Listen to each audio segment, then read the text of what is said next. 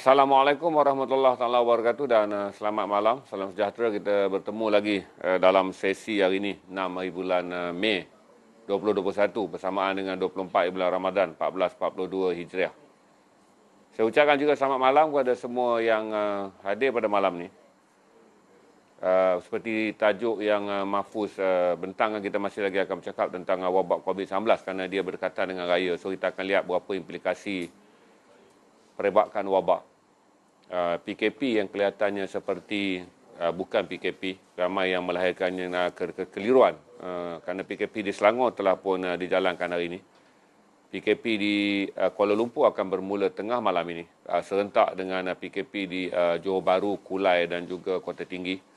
Serentak dengan PKP di 4 daerah di Perak, iaitu di Taiping, Selama, Larut dan Matang.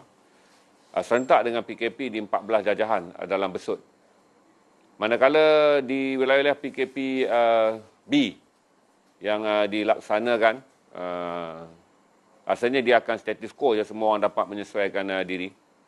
Kerana itu adalah PKP status quo yang telah kita alami sejak penghujung Januari hinggalah hari ini bagi mereka yang berada di negeri-negeri yang hanya melaksanakan PKP B. Manakala PKP pemulihan di Perlis, saya tak fikir ada banyak isu yang akan mengganggu mereka. Satu yang saya beritahu juga adalah Hospital Medan. Selain daripada Hospital Medan dibina di Terengganu, di Kelantan, di Padang Perdana. Hari ini Angkatan Tentera Malaysia dan Kerajaan Sarawak juga telah mengumumkan sebuah Hospital Medan akan dibina di Kapit, Sarawak. Cuma bezanya Hospital Medan di Kapit, Sarawak tidak dikhususkan kepada COVID-19. 20 katil yang akan dibangunkan oleh Angkatan Tentera akan memindahkan pesakit-pesakit bukan COVID. Manakala Hospital Kapit akan ditukar dan dijadikan sepenuhnya sebagai Hospital COVID-19. Itu yang saya akan share sebagai intro malam ni, kerana petang ni dah panjang kita bual mengenai kecelaruan dan kekeliruan kita semua tentang apa di balik PKP 3.0 yang telah dilancarkan di Selangor hari ini dan akan dilancarkan di Kuala Lumpur dan juga di daerah 3 daerah Johor Bahru, 4 daerah di Perak dan 1 daerah di Besut. Dia menimbulkan kekeliruan, tuan-tuan, kerana kelihatannya seperti tidak PKP.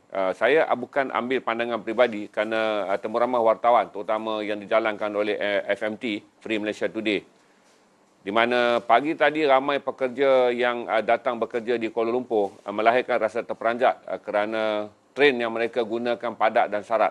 Train yang bergerak daripada Kelang, daripada Shah Alam yang sampai kepada Kuala Lumpur, kesemuanya padat dan ramai yang mengatakan bahawa walaupun train ini ramai pengguna train menggunakan penutup wajah, tetapi penjarakan sosial tak dapat dilakukan kerana keadaan train yang terlampau padat. Ramai juga yang memberitahu bahawa keadaan bas juga sama. Jadi di perhentian bas juga keadaannya berselerak dengan orang yang begitu ramai. Jadi ramai tertanya-tanya, apakah yang sedang dirancang dalam PKP 3.0? Saya tak sempat keluar dari Kuala Lumpur, tuan-tuan, kerana Kuala Lumpur hari ini belum lagi PKP dan cuaca hujan tadi. Jadi besok baru saya akan keluar untuk merakamkan keadaan di Kuala Lumpur. Tapi saya jamin, tuan-tuan, kerana Menteri Wilayah Persekutuan Tan Sri Anwar Musa telah mengeluarkan kenyataan bahawa semua bazar Ramadan di Kuala Lumpur dibenarkan beroperasi daripada pukul 3 hinggalah selepas waktu berbuka. Manakala semua bazar Aidilfitri akan dibenarkan dibuka pada pukul 10 pagi hingga 10 malam. Jadi saya fikir ini adalah satu yang aneh kerana kita sedang melancarkan PKP. Bazar Ramadan akan menjadikan seluruh penduduk Kuala Lumpur akan keluar beramai-ramai dengan apa jua tujuan, tetapi akan meletakkan ketujuan mereka sebagai kononnya mereka pergi ke bazar Ramadan atau pergi ke bazar Aidilfitri. Jadi ini membuatkan kita pening, tuan-tuan, apa sebenarnya PKP ni? Ataupun sebenarnya kita tak ada PKP. Kerana setelah kerajaan memutuskan untuk membenarkan sektor ekonomi terus berjalan, iaitu sektor penghilangan yang menyumbang selama 48% kes. Di Malaysia, tuan-tuan, 48% kes disumbangkan oleh sektor penghilangan. Kemudian diikuti oleh tapak pembinaan dan sektor mall yang juga menyumbang lebih 5%, tapak pembinaan lebih 5%, sektor komuniti menyumbang hampir 12%. Sektor acara kerajaan menyumbang 1.78%. Kalau kita tengok semua benda ni, tuan-tuan, hanya acara kerajaan sahaja yang kelihatannya akan ber-PKP. Walaupun adalah yang tambahan mengatakan jogging tidak dibenarkan, itu adalah hal-hal yang remeh-temeh tuan-tuan. Kerana hal pokoknya, kalaulah PKP ini membenarkan 2 juta penduduk Kuala Lumpur bergerak, paling tidak bermula 6 pagi hingga 12 malam, dan dia membenarkan juga penduduk daripada 6 daerah di Selangor bergerak menuju ke Kuala Lumpur di atas alasan pekerjaan dan sebagainya, sebenarnya kita tak akan melalui PKP nampaknya. Kerana hingga hari ini, kesemua kami yang rakan-rakan yang saya hubungi, yang memegang jawatan kanan dalam perkhidmatan, perbankan dan juga mana-mana perkhidmatan swasta mengatakan belum ada pekeliling dikeluarkan, di mana 30% kehadiran pekerjaan akan dikuatkuasakan. Berarti semua akan bergerak seperti biasa besok kerana tiada pekeliling. Ini berarti tuan-tuan, ketua-ketua syarikat dan sektor swasta dan sektor kerajaan masih keliru. Apa yang perlu dirancang dengan PKP ini kalau kerajaan nak membuatkan pemutusan rantaian ataupun dipanggilkan sebagai melandaikan lekuk jangkitan, tak mungkin dilakukan hanya dengan kerajaan mengarahkan kedai, restoran, dine-in tak dibenarkan, makan di restoran tak dibenarkan. Itu tak mencukupi kerana akan menjadi jenaka yang aneh pula kerana restoran ditutup tetapi bazar Ramadan dan bazar Aidilfitri dibuka.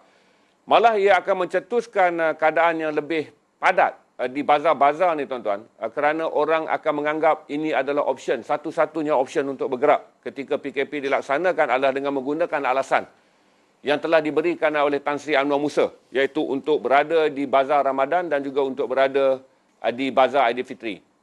Kalau mengikut HIDE tu, HIDE, satu sistem yang digunakan oleh MySejahtera untuk membuat pengesanan kepadatan. Sama ada mereka yang hadir di sesuatu tempat itu padat melebihi keupayaan sesuatu tempat menampung kehadiran pelanggan, pengunjung. Yang sebelum ni kita tutup 22. 22 bazar kita tutup kerana padatnya melebihi daripada keupayaan lokasi itu kita tutup 22. Tapi sekarang kita buka pula dalam PKP. Jadi saya tak faham tuan-tuan, di bawah PKP bersyarat kita menutup 22 bazar. Kerana sistem HIDE yang meneliti setiap spot sama ada dia dikunjungi lebih daripada keupayaan spot itu menanggung ataupun menerima kehadiran orang ramai. Tapi saya tak faham apabila bazar Ramadan dan juga bazar Aidilfitri diteruskan di Kuala Lumpur hingga malam raya. Apa sebenarnya tujuan PKP ini paling tidak pada minggu pertama? Hal-hal yang tambahan yang dikeluarkan tu macam hari ini petang tuan-tuan dengan bangganya mengumumkan jogging tak dibenarkan. Saya tak fikir kata jogging adalah kluster. Kita tak ada lagi pun kita sebut kluster jogging ataupun kluster taman rekreasi.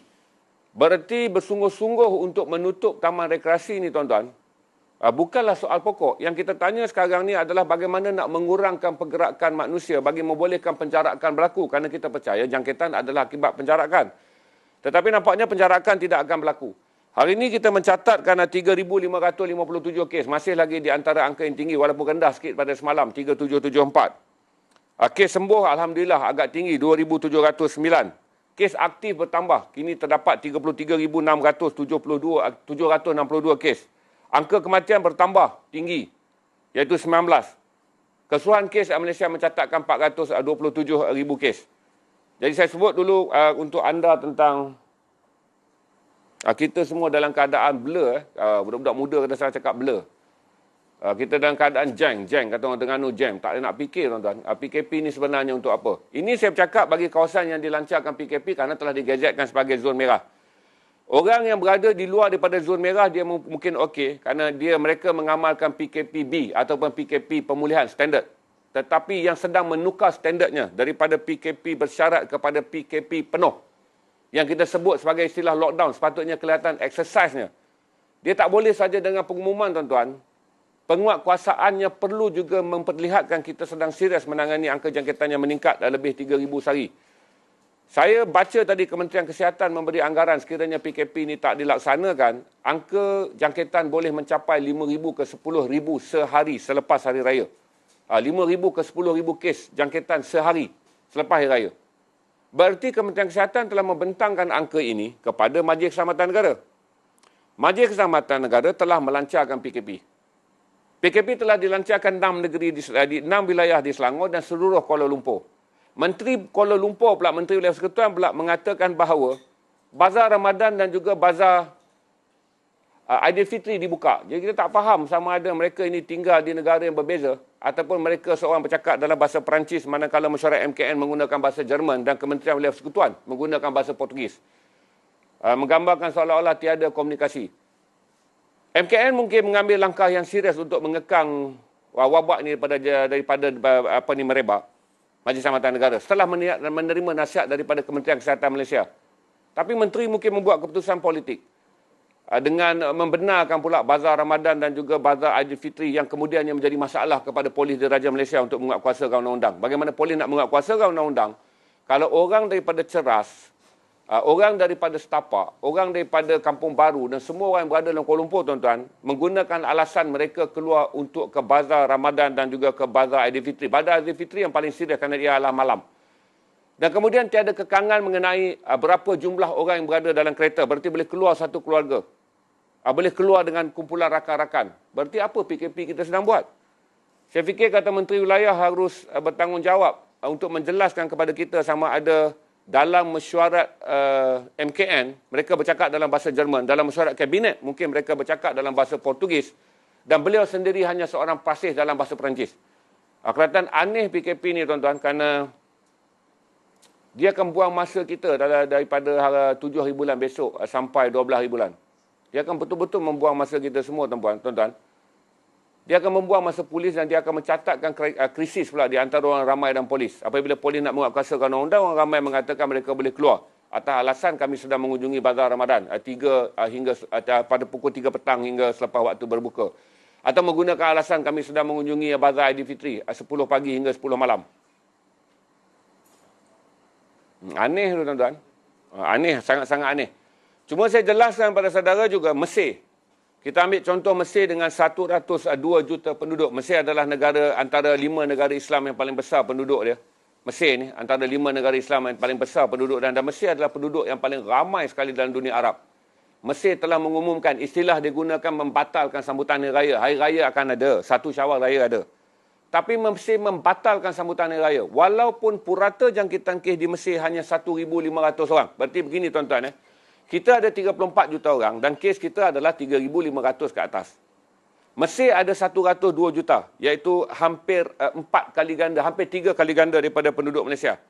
Jangkitannya hanya 1,500 sehari dalam purata 10 hari terakhir. Mesir telah mengeluarkan keputusan untuk melancarkan lockdown hari ini. Berarti tiada pergerakan yang dibenarkan termasuk pergerakan untuk hari raya. Mesir adalah sebuah negara konservatif, tuan-tuan. Melarang sambutan hari raya, melarang solat raya di Mesir adalah sesuatu yang sangat aneh. Tetapi kerajaan Mesir telah memilih untuk memastikan jangkitan tidak merebak walaupun angkanya dari segi nisbah jauh daripada Malaysia. Nisbah penduduknya adalah 3 kali ganda lebih besar daripada Malaysia, manakala hampir 3,5 kali ganda lebih besar daripada Malaysia. Tapi nisbah kesnya hanya separuh daripada Malaysia. Mesir memilih lockdown. Indonesia telah mengumumkan tiada mudik. Berarti agak seriuslah juga kerana Indonesia mengumumkan tiada mudik itu tidak dibenarkan balik kampung pada perayaan Hari Raya. Nak banding apple ke apple tak boleh kerana kita pun tak membenarkan balik kampung. Tetapi dengan membenarkan pergerakan orang ramai tanpa had pada seminggu pertama PKP yang akan bermula besok. Dengan pengumuman yang dibuat. Dengan hanya mengetatkan tak boleh jogging ni, tuan-tuan. Saya ingat budak tadika pun boleh keluarkan syarat tu. Siapa berjoging di bulan Ramadan dan angka orang berjoging pun sikit je, tuan-tuan. Dan kluster joging tak pernah kita dengar pun. Dan joging bukanlah aktiviti bagi masyarakat Malaysia yang badan gempal semua ni. Yang menjadi masalah masyarakat Malaysia adalah berduyun-duyun untuk berada di satu tempat. Dan waktu yang sama adalah sungguh pun rakyat Malaysia akan memakai topeng muka. Tetapi akan menyukarkan pihak polis menyaman. Polis nak saman siapa, tuan-tuan? Kalau dia sampai di bazar Ramadan penuh. Peniaga dengan pembeli. Berinteraksi. Polis akan keluarkan saman kerana tiada penjarakan sosial. Dah polis pula yang dimaki orang. Dah polis pula yang menjadi viral. Polis juga yang menanggung segala yang dihempuk oleh netizen. Tapi yang membuatkan keadaan jadi keliru adalah kerajaan. Jadi ini adalah PKP yang paling bingung lah, tuan-tuan. Kita jadi bingung kerana pembuat keputusan PKP sebenarnya orang lebih dulu bingung. Bila yang buat keputusan PKP itu bingung, dia membingungkan rakyat. Jadi besok kita jangka kerana tiada kawan-kawan saya yang memaklumkan tiada perkeliling dikeluarkan bagi mengurangkan pergerakan kaki tangan ke pejabat. Tiada arahan bagi mengatakan bahawa pergerakan dalam kenderaan akan dihadkan kepada limit orang. Tiada arahan yang mengatakan jenis perniagaan yang diarahkan tutup dan tiada arahan mengatakan apa kedai yang wajar dibuka, kecuali arahan hanya mengatakan warung, kedai, restoran, dine-in tak boleh. Hanya boleh walk-in dan juga menggunakan beli bungkus bawa balik. Senang kita panggil BBB, bungkus bawa balik, 3B. Tapi saya tak boleh faham kerana arahan-arahan lain tidak diperketatkan. Waktu PKP bersyarat, orang telah pun mula mempertikaikan, tapi saya pilih untuk tidak memperkatakannya dengan memikirkan bahawa kalau saya stream dan condemn kenderaan awam yang pengangkutan awam yang tidak memenuhi SOP, susah tuan-tuan. Tuan-tuan akan mengatakan saya tak faham nasib rakyat bawahan. Rakyat bawahan menggunakan kenderaan awam bas, komuter, train, LRT, MRT semua yang tuan-tuan gunakan. Dan semua orang tahu bahawa tidak pernah pun dilaksanakan undang-undang penjarakan sosial di dalam kenderaan awam. Walaupun kenderaan awam adalah kebanyakannya adalah milik syarikat yang dikuasai oleh kerajaan. Tapi kita faham, tak apa, tutuplah. Kerana orang tutup hidung, bergerak dalam keadaan rapat, padat dan syarat. Tapi bila kita buat PKP, tuan-tuan, sistem sokongan harus datang. Di mana kerajaan mestilah memberi sistem sokongan kepada pengangkutan awam dengan mengumumkan bahawa 70% daripada penjawat awam dan 70% daripada penjawat swasta haruslah work from home. Untuk memastikan kita boleh nampak besok pergerakan yang bergerak ni, orang panggil merayau ataupun mengelewak ni, kata orang Kelantan. Betul kan kata kelewak kata orang Kelantan? Dapat kita kurangkan. Tapi nampaknya besok tak akan macam tu, tuan-tuan. Cuma saya boleh bagi tahu, kata ambil contoh bagaimana Mesir melaksanakannya. Mesir adalah sebuah negara konservatif walaupun diperintah oleh tentera, tetapi rakyatnya patuh untuk menerima hakikat. Mulai hari ini Mesir lockdown.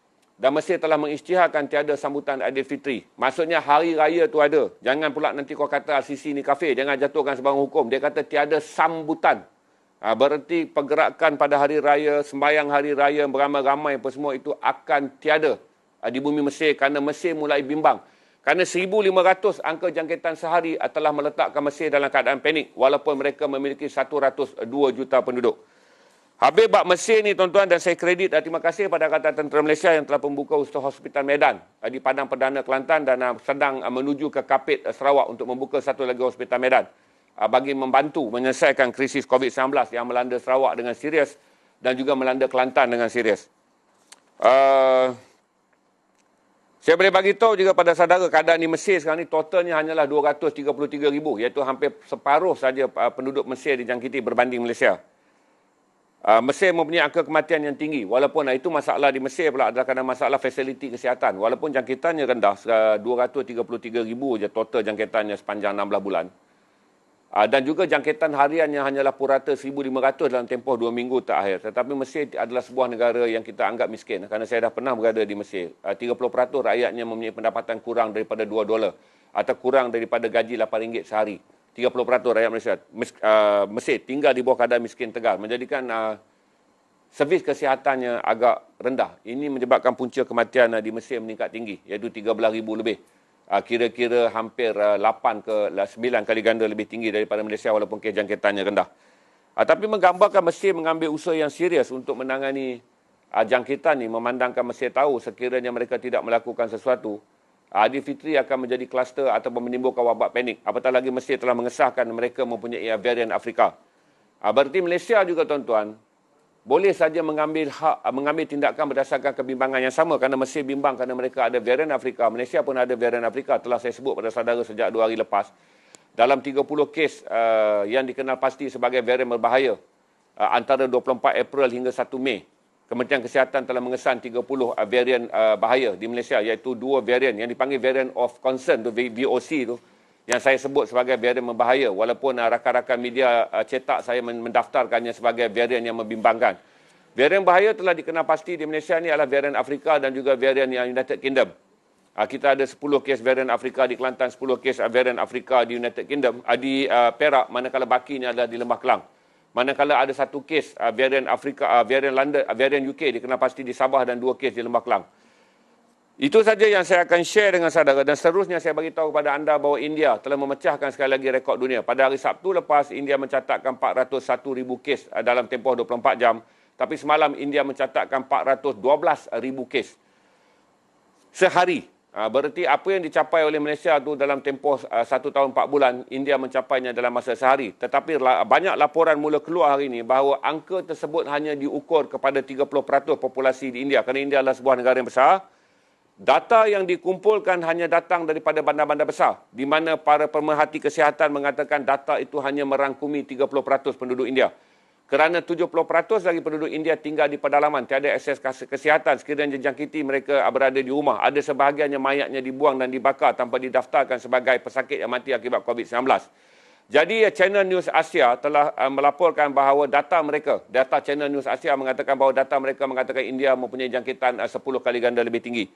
Dalam bahasa yang lebih mudah, tuan-tuan, sekiranya India kekal pada minggu dulu dengan 5 juta jangkitan. Maksudnya pada 1 minggu yang terakhir dulu, India mengekalkan 5 juta jangkitan. Berarti 7 hari 5 juta dalam anggarannya. Tapi kita anggarkan sekarang sekiranya India kekal dengan 300 ke 400 ribu berdasarkan angka yang ada hari ini dan angka hari Sabtu. Kita ambillah purata 300 ke 400 ribu. India akan menerima jangkitan 9 juta ke 12 juta kes sebulan. Ini menjadikan India sebagai negara yang paling kritikal kerana varian double spreader ni ataupun dipanggil varian berganda ni. Di mana setakat ini, waktu saya buat stream dulu saudara, India baru saja mencapai 18.4 juta. Tetapi hari ini berarti dalam tempoh 6 hari, dalam tempoh 7 hari, India telah mencecah 21 juta. Berarti ada 4 lebih juta kes yang dicapai oleh India dalam sekitar 10 hari. Jadi ini yang menyebabkan kita kongsi keadaan PKP kita ni, tuan-tuan. Sebab PKP kita kali ni tak ada haluan. Saya nak sebut PKP 3.0 pun tak nampak munasabah dia. Saya anggap sebagai PKP T je. Tambahan iaitu PKP Tadika. Di mana exercise ni dibuat bagi membolehkan nampaknya kerajaan bertindak. Kerana angkanya meningkat tinggi. Tapi dari segi praktisnya, di kawasan-kawasan zon merah ni, apabila semua benda bergerak seperti biasa, hanya tak boleh minum di warung dan lepak di kedai mamak je, tuan-tuan. Itu tak membantu apa-apa. Kerana saya katakan tadi juga bahawa kluster kedai makan, kluster restoran bukanlah besar. Kerana yang digazetkan dalam yang siang tadi saya tunjuk pada saudara, 48% adalah kluster yang datang daripada perkilangan, factory. Itu kluster paling besar. Dan kluster itu dibenarkan beroperasi. Kelang dibenarkan beroperasi sepenuhnya di bawah PKP 3.0 ni. Sektor pembinaan yang menyumbang lebih 5% dibenarkan beroperasi. Sektor mall yang menyumbang juga lebih 5% dibenarkan beroperasi. Hanya sektor pendidikan ditutup. Dalam waktu yang sama, saya tak pasti jangkitan komuniti adalah 12%. Tetapi sekiranya komuniti dibenarkan bergerak sekarang dengan macam-macam bazar yang dibenarkan beroperasi, saya tak fikir bahawa kita boleh mengurangkan angka jangkitan dalam kluster komuniti. Itu saja yang saya share dengan saudara hari ini.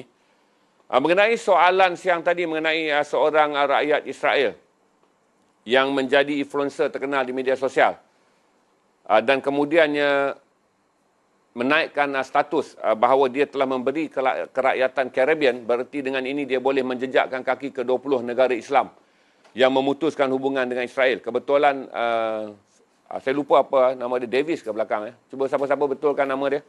Amin, tolong tengok sekejap nama dia. Dia ni adalah seorang influencer yang terkenal dengan laporan muat naik ataupun stream dia mengenai pelancongan. Dia menyenaraikan bahawa wishlist dia adalah Malaysia adalah negara impian dia untuk pergi bercuti, kerana dia adalah seorang yang terkenal dengan streaming pengembaraan. Malah dia diangkat sebagai seorang tokoh yang memasyurkan populariti di Singapura apabila Perdana Menteri Singapura mengadakan kolaborasi dengan streamer terkenal ni daripada Israel ni untuk memajukan industri pelancongan Singapura. Apa nama dia? Nas Daily. Jadi Nas Daily dengan bangganya memaklumkan bahawa kini dia telah memegang pasport Caribbean. Berarti dengan itu dia dibenarkan masuk ke Malaysia. Berarti ramai yang tanya saya petang tadi apa komen saya tentang perkara ni. Saya bagi tahu je dia ada pasport belum tentu dia boleh masuk kerana dia harus mendapatkan visa masuk. Walaupun kita untuk sampai ke, saya tak pasti kedudukannya, tapi untuk kita pergi ke Caribbean adalah visa on arrival. Berarti kita sampai baru kita ambil visa di airport.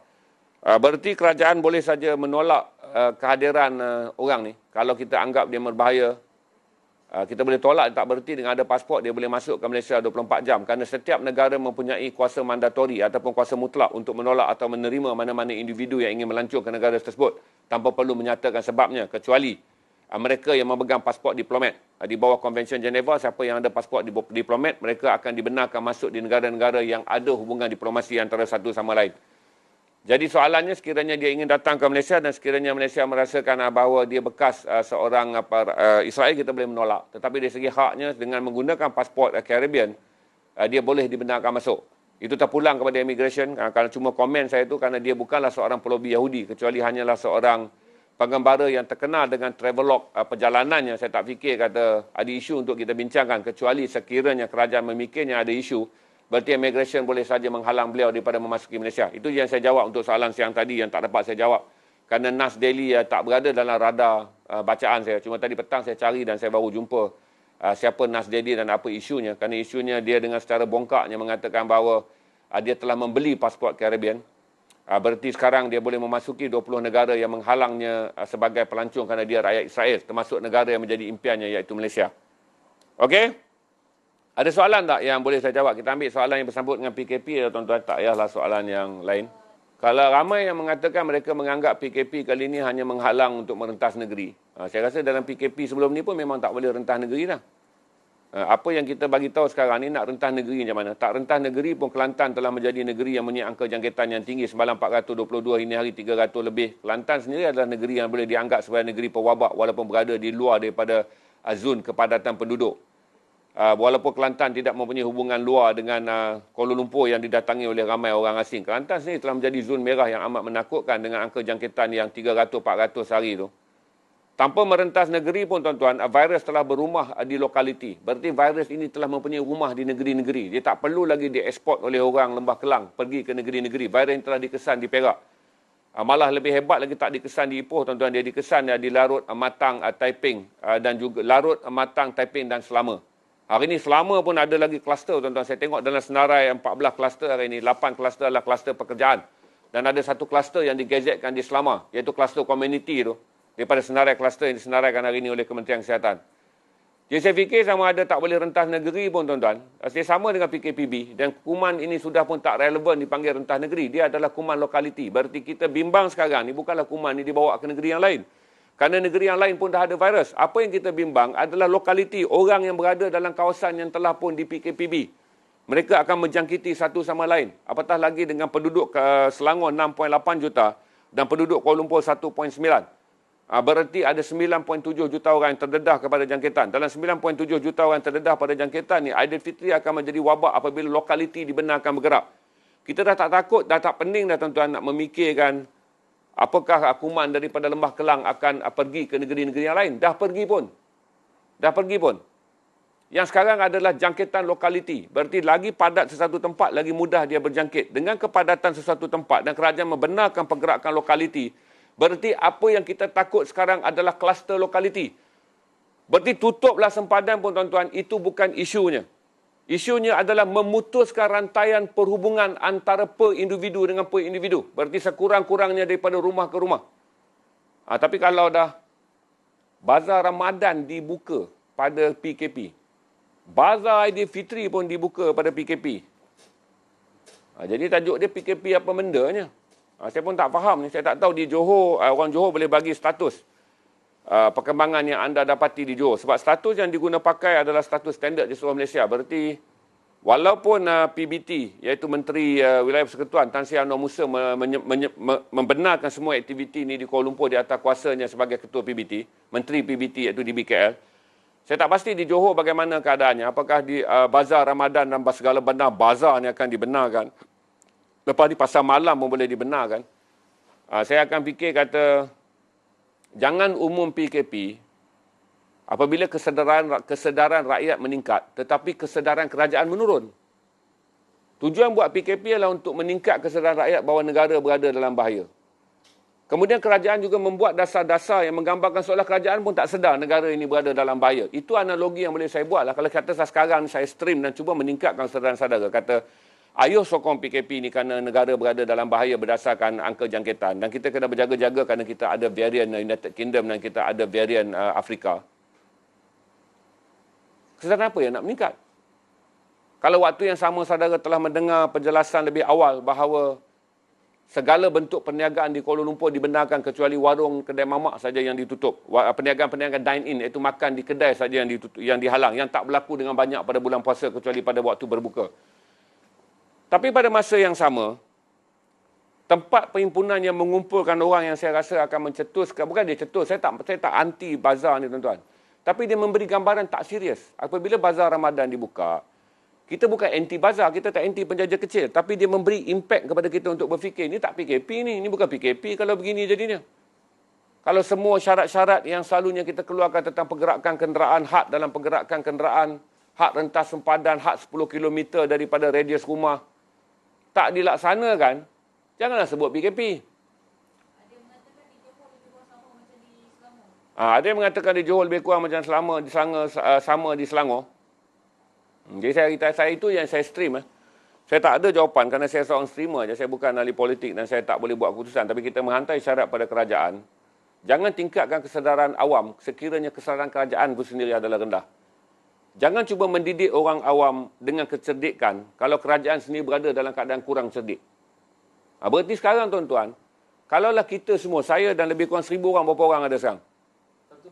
Sekitar 1,300 orang saudara dan saya cuba meningkatkan kesedaran.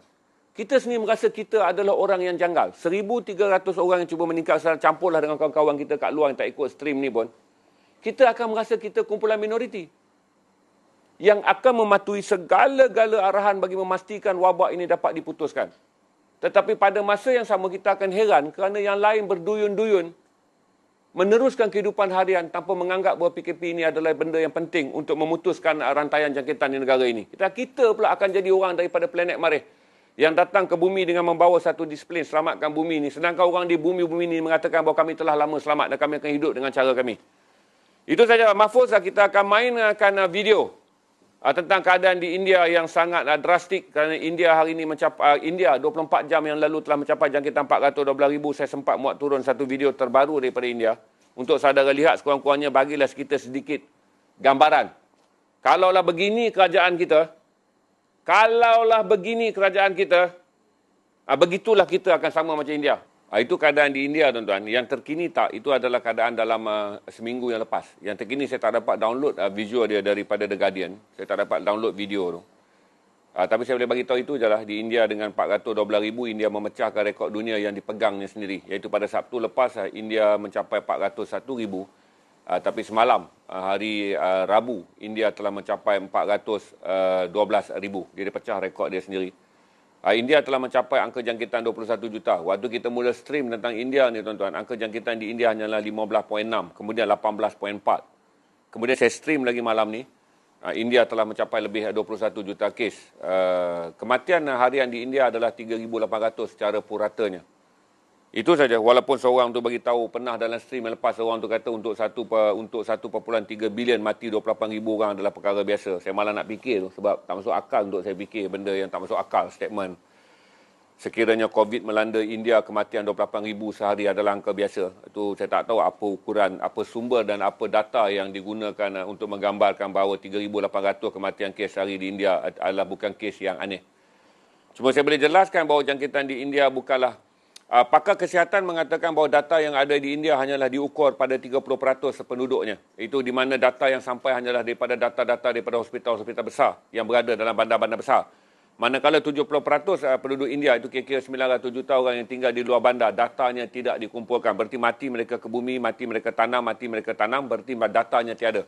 Jadi ramai yang penganalisis kesihatan mengatakan data di India boleh diukur sebagai 10 kali ganda berdasarkan keadaan kritikal di lapangan. Okey, itu saja saya boleh bagi tahu kepada saudara untuk stream malam ni. Dan soalan mengatakan mengenai rakyat Malaysia yang berada di India. Semua penerbangan di India telah pun lockdown. Kita tidak menerima sebarang penerbangan daripada India. Termasuk nak membawa pulang sesiapa pun, arahan telah dikeluarkan. Tidak ada penerbangan yang dibenarkan masuk daripada India. Bagi mereka yang mengeluarkan kabar palsu yang mengatakan bahawa MAS masih lagi terbang dan membawa penerbangan daripada India, anda boleh disaman di bawah akta hasutan atau akta berita palsu. Ini dikeluarkan oleh polis. Berhati-hati apabila anda bercakap tentang India. Kerana menyebarkan sesuatu yang palsu sekarang akan akta berita palsu telah dikuatkuasakan semula oleh polis dalam menangani penyebaran berita fitnah dalam COVID-19. Penerbangan yang masih ada adalah penerbangan kargo je tuan-tuan. Berarti penerbangan kargo. Berarti pelajar Malaysia yang berada di India tidak akan dibawa pulang setakat ini kerana Malaysia telah pun menggazetkan semua penerbangan ke India dan semua penerbangan daripada India dibatalkan sekiranya membawa penumpang. Kecuali kalau kerajaan nak buat penerbangan khas oleh Kementerian Luar, kita dengarlah kemudiannya. Tetapi saya tak fikir dalam keadaan sekarang akan ada penerbangan khas, kecuali kerajaan akan memberi arahan kepada kedutaan Malaysia di India untuk memastikan rakyat Malaysia dan pelajar Malaysia menjauhi kawasan-kawasan yang berada dalam zon dan memelihara keadaan rakyat Malaysia untuk terjaga sekiranya ada kes jangkitan. Tapi setakat tak ada kes jangkitan yang dilaporkan terhadap kaki tangan kedutaan rakyat Malaysia dan pelajar Malaysia yang berada di India. Tiada kes. Zero. Masih belum ada kes yang dilaporkan mengenai keadaan rakyat Malaysia di India dijangkiti COVID-19.